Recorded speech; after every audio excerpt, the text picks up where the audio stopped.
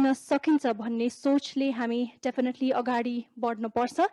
Like Professor Dr. Shrestha mentioned, events like these brings us together, and it also creates a platform for us to interact and get connected with each other. One more time, thank you so much, sir, for your insights and for your remarks. Moving forward, ladies and gentlemen, I would now like to introduce you to and also welcome someone who has an extraordinary journey. Born in a simple family in Palpa, our next speaker went on to obtain the most coveted rank of board first in SLC board examination in the year 1972, making him the only one person so far from his community to achieve it. He later got featured in the list of prominent South Asian immigrants in Canada in Abdul Rahim's book as well. Ladies and gentlemen, let me introduce you to diaspora expert Dr. Drona Rasali, also the Director of Population Health Surveillance and Epidemiology at the British Columbia Centre for Disease Control, Canada. One more time, Dr. Rasali, welcome. Thank you, Sansalika-ज्यू. दोस्रो गैर आवासीय नेपाली विश्व सम्मेलनको समुद्घाटन समारोहका सभापति, गैर आवासीय नेपाली संघका अध्यक्षज्यू, सम्माननीय प्रधानमन्त्रीज्यू, संवैधानिक अङ्गका माननीय पदाधिकारीज्यूहरू, माननीय मन्त्रीज्यूहरू, माननीय सांसदज्यूहरू, संघीय प्रादेशिक तथा स्थानीय सरकारका निर्वाचित तथा निजामितिक पदाधिकारीज्यूहरू, विभिन्न विश्वविद्यालय तथा प्राज्ञिक संस्थाका कुलपतिज्यूहरू लगायत विशिष्ट पदाधिकारीज्यूहरू, प्रतिष्ठित अतिथिज्यूहरू, महिला तथा पुरुष महानुभावहरू, सर्वप्रथम विश्वभरि छरिएर रहनुभएका यस सम्मेलनका सहभागी गैर आवासीय नेपालीहरूका तर्फबाट म यस विशिष्ट समारोहमा बोल्ने मौका दिनुभएकोमा म आफू गौरवान्वित हुँदै गैर आवासीय नेपाली संघ लगायत समस्त आयोजक साथीहरूलाई हृदयदेखिकै आभार व्यक्त गर्न चाहन्छु. Distinguished guests, conference participants, ladies and gentlemen, it is my great honor to speak at this August gathering on behalf of all scholars among Nepali diaspora. 2 years after the historic success of the first NRN Global Knowledge Convention, we are here and now for the second convention in the midst of an unprecedented global pandemic crisis. We, the Nepali people living outside our motherland's geographic boundaries as well as within, are coming together for a genuine cause of solidarity in enhancing and consolidating our knowledge base for moving the country forward on the path of prosperity. We are gathering here at a critical time of unprecedented challenges posed to the mankind by a coronavirus, one of the tiniest living substances that has been able to cause adverse impacts in almost every aspect of our daily lives and the environment we live in.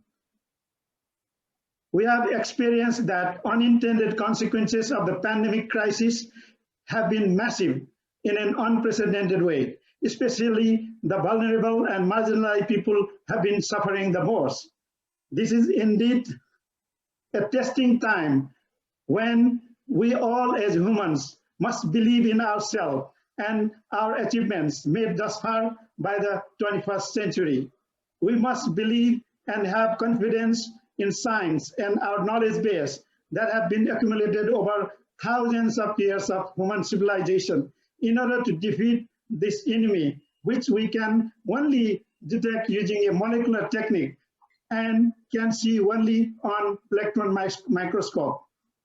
This is the time for creating our new normal for our very existence and for our identity as one human being. The coronavirus has taught us a lesson now that we all as humans must be united for the common good, for a common goal of our health and well-being. We only can live, work, play, and enjoy our well-being and prosperity as one community, one nation, and one world. This requires the knowledge, scientific innovation, and the evidence-based accumulated thus far for the benefit of the contemporary world. Nepal, as a nation of 30 million people, is no longer a small country in the global context. She has to face the same challenges similar to many other countries as large as Canada, which is 68 times larger in landmass than Nepal. The people are one everywhere. The globe they live in is one, and their existential issues at hand, especially right now, are the same. It is so important now than ever before that the knowledge from around the world must come together to face the universal challenges at our hand and make the required progress to move on and sustain our existential identity like anywhere in the world. This is precisely the context all the participating scholars, scientists, academics, researchers among NRNs bring to Nepal, coming together in a large gathering through this virtual convention.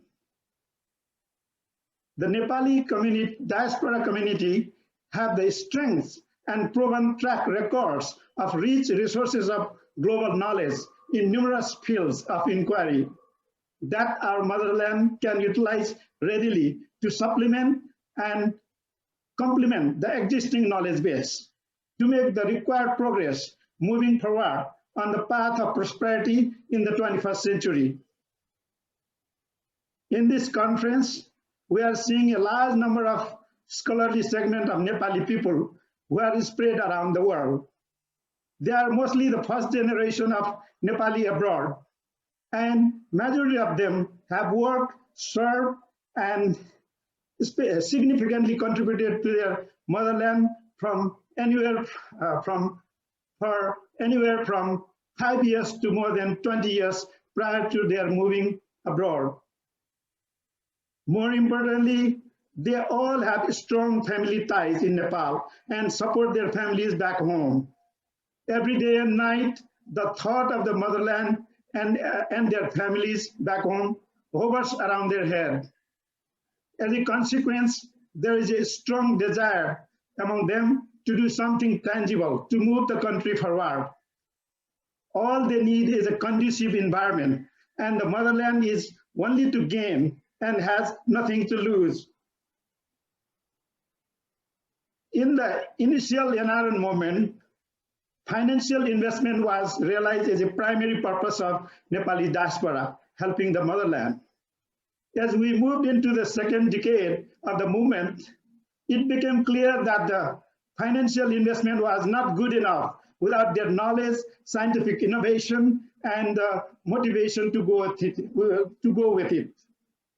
As I gather from my personal interaction with our many fellow NRN experts, we have a unique window of opportunity for NRN's financial as well as knowledge investment and also their time to combine with any public and private investment within Nepal.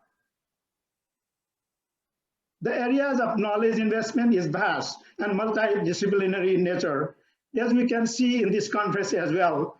That covers many areas such as health and biomedical sciences, agriculture and food, sustainable energy, environment and urban development, science, technology and innovation, industry startups, physical infrastructure development, financial investment, social sciences, and very much needed vocational education, which will be discussed over 4 plenary sessions, 15 symposia, and 3 special sessions.